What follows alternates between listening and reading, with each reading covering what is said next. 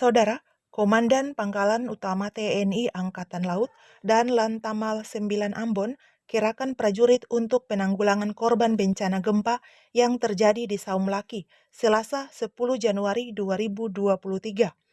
Brigadir Jenderal TNI Marsikal Said Latukonsina MMMT dengan sigap kerahkan pasukan untuk membantu korban gempa yang dialami oleh masyarakat wilayah Saumlaki.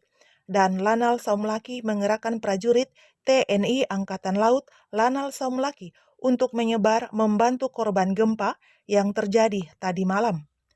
Akibat gempa yang telah terjadi di Saumlaki, banyak bangunan milik warga yang runtuh.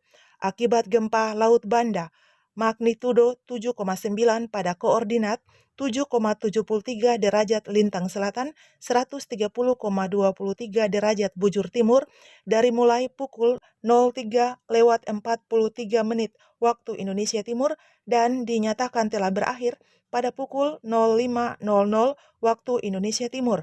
Mengingat peringatan dini tsunami telah berakhir, masyarakat pesisir dihimbau untuk dapat beraktivitas kembali seperti biasa.